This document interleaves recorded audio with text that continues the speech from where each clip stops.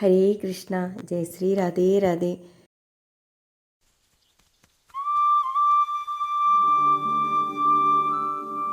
എല്ലാവർക്കും മാധവാനുഭവം എന്ന കുടുംബത്തിലേക്ക് സ്വാഗതം.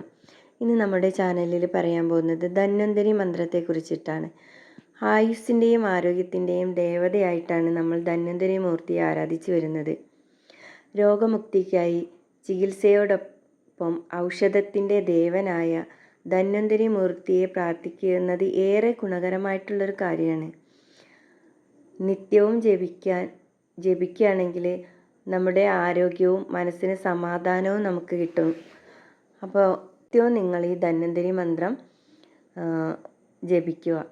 ഓം നമോ ഭഗവതേ വാസുദേവായ ധന്വന്തരി മൂർത്തയേ അമൃതകലശഹസ്തായ സർവാമയ വിനാശായ ത്രൈലോക്യനാഥായ ശ്രീ മഹാവിഷ്ണവേ നമഃ. ഇതുവരെ നമ്മളുടെ ചാനൽ സബ്സ്ക്രൈബ് ചെയ്തിട്ടില്ലാത്തവരാണെങ്കിൽ സബ്സ്ക്രൈബ് ചെയ്യുക, സപ്പോർട്ട് ചെയ്യുക. നിങ്ങൾ ഫ്രണ്ട്സിനോ ഫാമിലിക്കോ ഒക്കെ നമ്മളുടെ ചാനലിൻ്റെ ലിങ്ക് അയച്ചു കൊടുക്കുക.